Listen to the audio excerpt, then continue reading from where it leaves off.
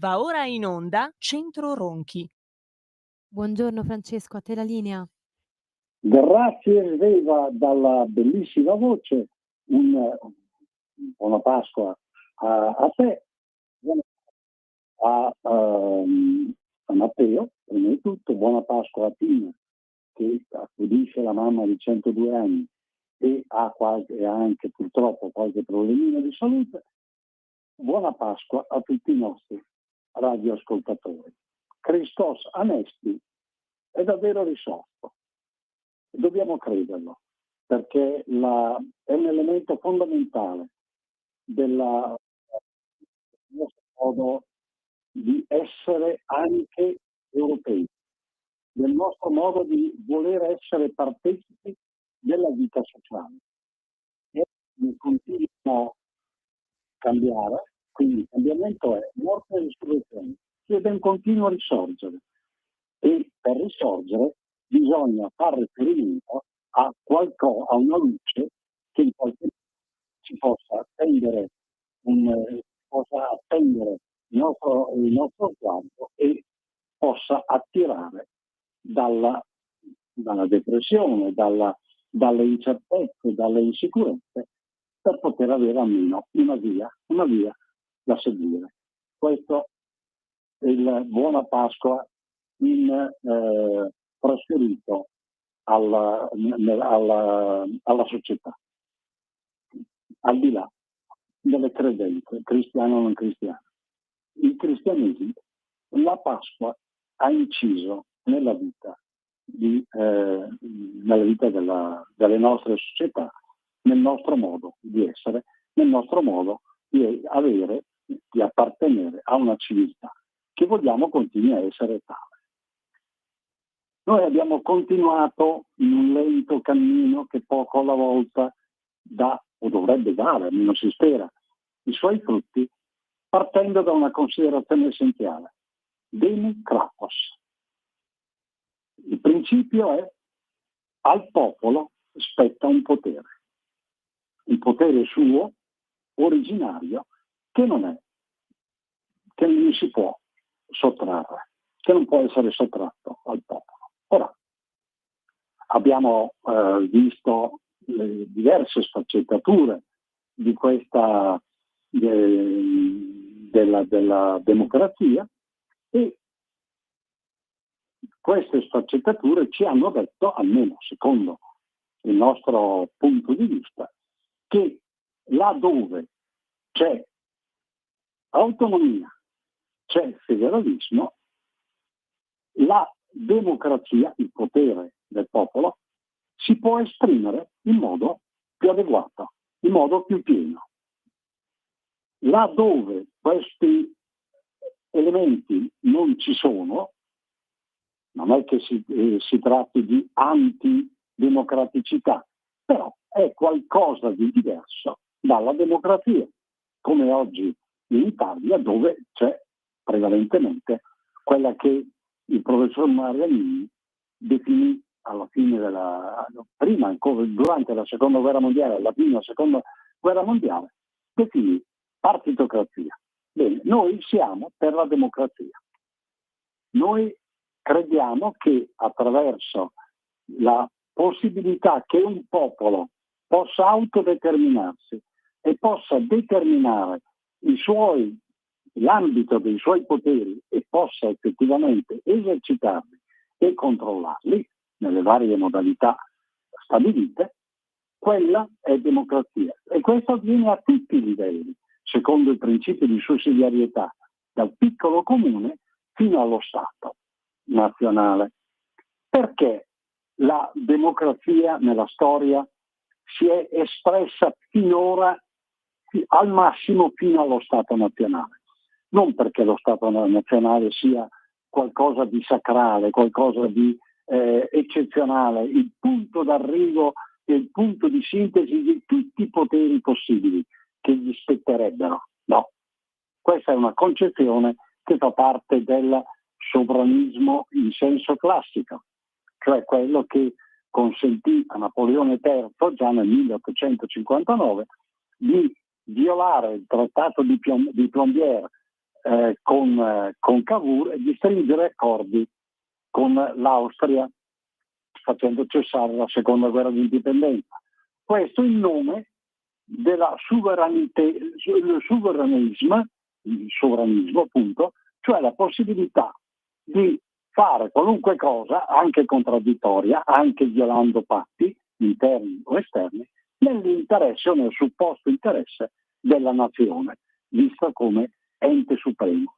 No, ecco, non è un ente supremo la nazione, semplicemente per la storia, per gli sviluppi storici, ad oggi il democratos, il potere del popolo, dai piccoli comuni, dai piccoli centri, dalle piccole comunità, è arrivato ad avere una sua espressione fino al limite dello Stato nazionale. Più in là non c'è riuscito, non c'è. Se noi guardiamo all'Unione Europea, l'Unione Europea non presenta questa caratteristica, non è un ente democratico in senso tipico. La democrazia si ferma agli stati che compongono, democrazia sia pure latamente intesa, si fermano agli stati che compongono l'Unione Europea. L'Unione Europea è essenzialmente una struttura burocratica mediante la quale gli stati raggiungono determinati scopi o si sono preaccordati per ottenere determinate posizioni politiche, posizioni economiche, posizioni di potere. Ma è un ente burocratico, il quale, come tale, non può recepire, che se ne pensi, non può recepire diritti costituzionali. L'ha ben precisato la Suprema Corte tedesca, quando ha detto proprio questo, ha detto: l'Unione Europea è un ente burocratico, è il frutto di trattati degli stati, tra l'altro neanche spesso nemmeno assoggettati a referendum, a consultazioni popolari, quindi sono opera della politica, e questi diritti costituzionali sono, la traduco per quello che ha detto la Corte nella sua bellissima sentenza, la Suprema Corte tedesca, sono concessi in utilizzo per quello che serve, per gli accordi che sono stati conclusi all'Unione Europea, ma ove questa ne abusasse sono sempre revocabili. Questo è la sintesi, e così è, perché è assurdo pensare di attribuire a un ente burocratico dei diritti costituzionali, cioè quei diritti che sono alla base del popolo, in questo caso il popolo italiano, che sono alla base della sua coesione, del suo costituirsi in Stato. Ora, questi sono gli aspetti tecnici che tra l'altro fanno riconoscere come l'impostazione della autonomista e federalista, le due impostazioni insieme, sono quanto di più democratico oggi sia sul mercato sia disponibile, e sia l'impostazione da dare alla futura Unione Europea, perché è chiaro che, viste le tragedia della guerra ucraino-palestinese, l'incapacità da parte dei poteri attualmente di fatto vigenti nel mondo di controllare la situazione e di dare benessere a tutti quanti, non parliamo di benessere, provate a parlare di benessere agli ucraini piuttosto che ai palestinesi o agli israeliani, la struttura, la concezione autonomista e federalista è quella che può effettivamente dare uno sbocco all'Unione Europea, facendola diventare un ente politico, un ente decisionale, un ente capace di assumere e di imporre determinati compiti, un ente che però in qualche modo risponde ed è controllato dai popoli. Sarà federazione, sarà confederazione, però è quell'ente che potrà domani avere anche un peso, una capacità di decisione anche in termini di difesa, di guerra sostanzialmente. Voi pensate oggi come oggi, se l'Unione Europea, un ente burocratico, dei burocrati, avessero in mano la possibilità di armarsi e di decidere come usare quelle armi. Assolutamente vietato, verboten, nel modo più totale. Ora, è chiaro che quindi il pensiero autonomista e federalista può portare a creare un ente adeguato, l'ente europeo, e per la prima volta un ente superiore nato dai popoli diventerebbe a sua volta in qualche modo democratico, cioè eserciterebbe dei poteri che effettivamente fanno capo ai singoli popoli, organizzato, strutturato, fatto in modo equilibrato, fanno capo ai popoli che compongono quell'ente. Questa è l'Europa, questa meravigliosa, iridescente comunità di tante comunità comunali, regionali, di area, statuali anche, di cultura, tantissime che fuse fra loro hanno fatto la grandezza e la bellezza, hanno fatto della grandezza, della bellezza soprattutto, del pensiero, il fulcro del loro essere, ed hanno illuminato, oggettivamente illuminato di sé, il mondo intero. Ora, questa concezione non è che sia una cosa semplice da prendere in considerazione, da attuare, da conoscere. È chiaro che in particolare un movimento come quello leghista, nato nell'84, io ci sono fin dal settembre 85, 40 anni a questo settembre, ebbene, ha bisogno di approfondire, di conoscere questi aspetti, l'aspetto autonomista, l'aspetto federalista. Non è francamente fra noi tollerabile la purtroppo crassa ignoranza che spesso riscontro.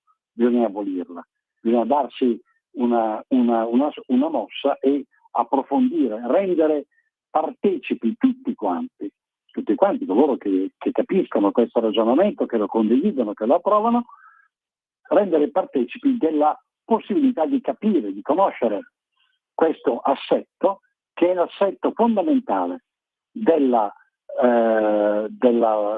visione autonomista e federalista, ma che è anche l'assetto fondamentale della futura visione europea. Occorre riprendere a parlare, a discutere anche liberamente, anche dicendo strafalcioni, anche sciocchezze, ma occorre tornare a parlare ed approfondire questi argomenti che poi sono anche alla base dell'affermazione esattissima da parte di Matteo circa il fatto che la Lega è il collante, è la base anche dell'attuale governo e quindi è la base anche degli attuali successi.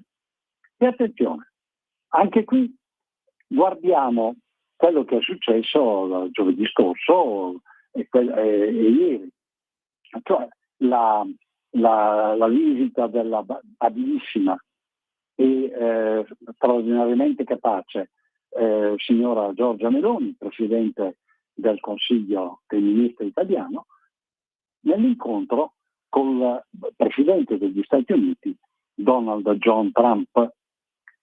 Che cosa è avvenuto? È avvenuta una cosa che occorre mettere bene sotto inquadramento, sotto esame.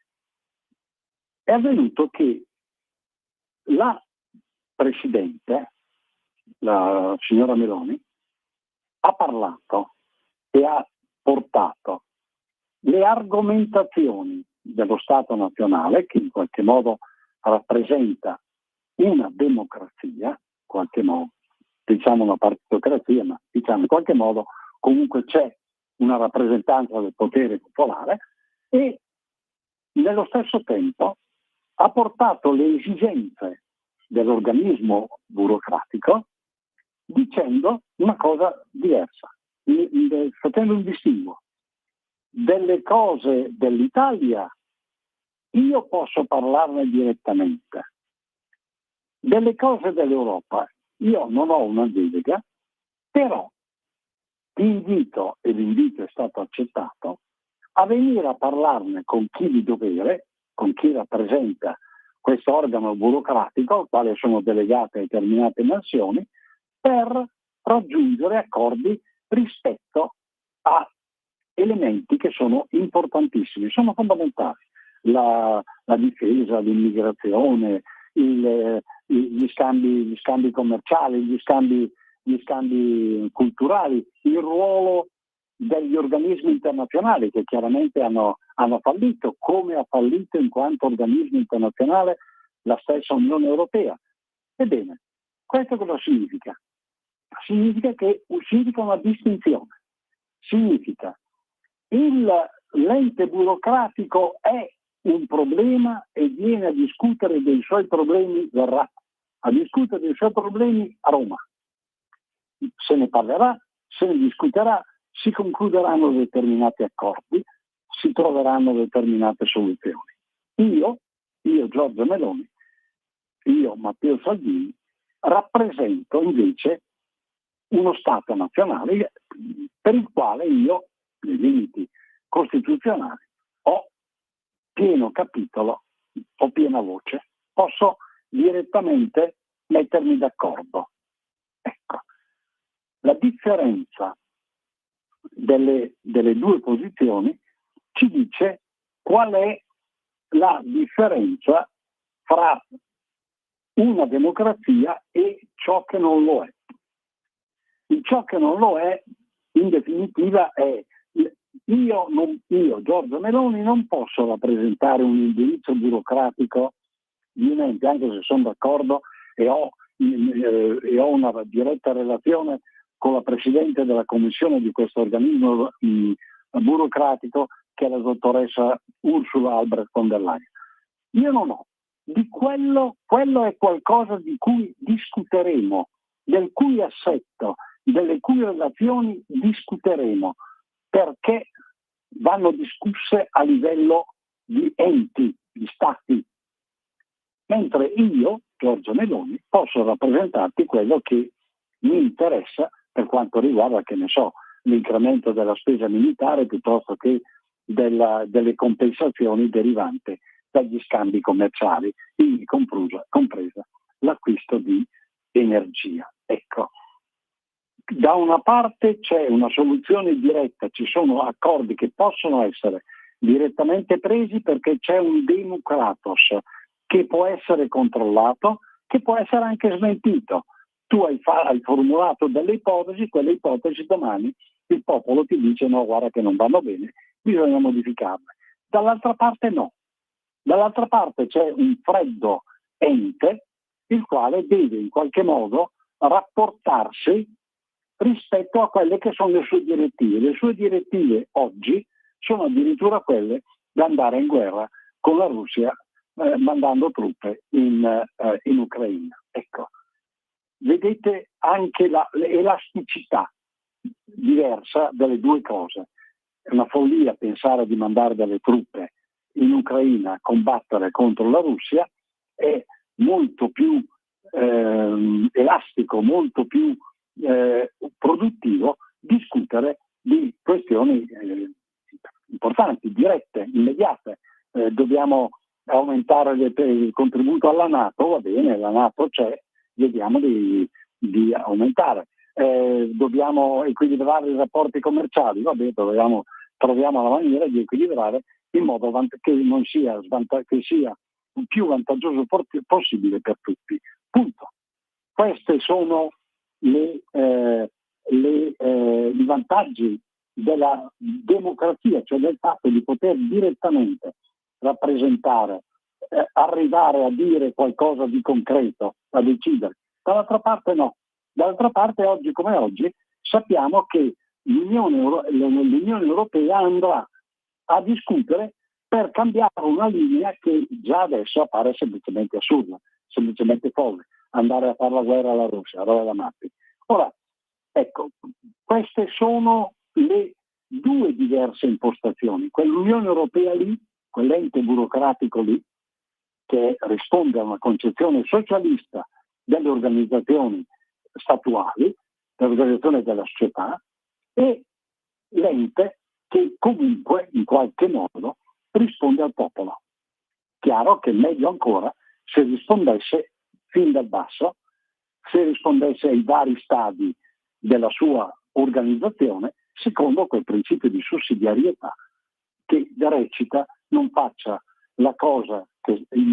l'ente che sta più in alto ciò che può essere fatto dall'ente che sta più in basso. Non si occupi la struttura del comune, faccio per dire, di ciò che può essere tranquillamente risolto in una famiglia normale. La struttura del comune non ci mette neanche il naso. Questo è, tanto per fare un esempio, il principio di sussidiarietà. Ora, bene, se la strada segnata, tracciata è questa, quindi se il pensiero autonomista e federalista è effettivamente, come hanno dimostrato anche questi fatti, che se ne dica, è alla base, è il collante dei successi, è alla base dei successi, del collante del governo italiano, dell'attuale governo italiano, bene, è cosa buona, è cosa che quindi dobbiamo perseguire, dobbiamo approfondire, e approfondire vuol dire anche avere nozioni un tantino più solide, più certe, in modo da poter criticare anche pesantemente le deviazioni e le devianze che sono date dal sistema partitico attuale. È evidente che c'è una crisi di rappresentanza politica, è evidente. Ora, io personalmente conosco da 30 anni, più di 30 anni, Matteo, mi fido di lui, non solo mi fido, ma lo ammiro, lo apprezzo, lo voglio bene, e benissimo, ha un rapporto personale, è un rapporto che deriva da una conoscenza personale, dall'averlo frequentato e conosciuto per tanti anni, specie quando era qui a Milano, ovviamente.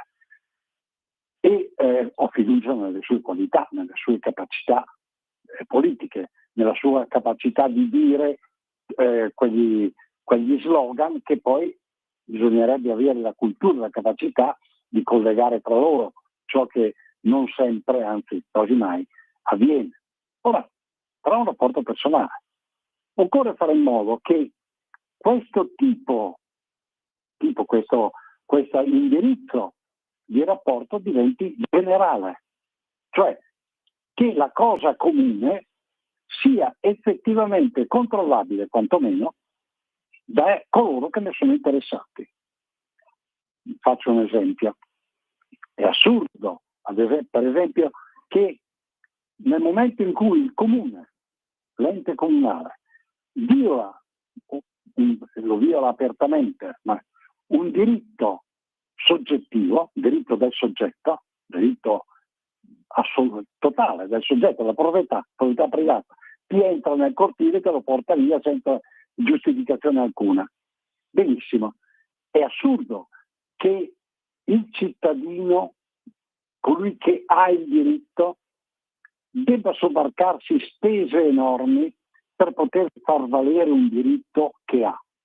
Mentre il comune, coloro che agiscono per il comune, caricano sul comune, cioè su tutti i cittadini, le eventuali spese e anche le conseguenze di un'eventuale sconfitta davanti alla magistratura, in questo caso il TAR. Benissimo, ecco, tanto per fare un esempio. Quindi la democrazia che va riformulata e va spiegata. Sarà compito delle settimane prossime, andremo avanti, tanto abbraccio, qui si può andare avanti ore e ore a parlare, però siccome è scaduto il tempo, io vi saluto, vi auguro ancora buona Pasqua e ricordatelo, Christos Anesti, Cristo è risorto. Buona Pasqua in particolare a Matteo, in particolare a Tina, ai nostri carissimi radioascoltatori, gatti, cani compresi, quelli che ci ascoltano, sono 14, sono mica tanti, e un abbraccio a Sveva, alla direzione della radio, e a Dio piacendo a risentirci sabato prossimo alla stessa ora. Buona Pasqua. Avete ascoltato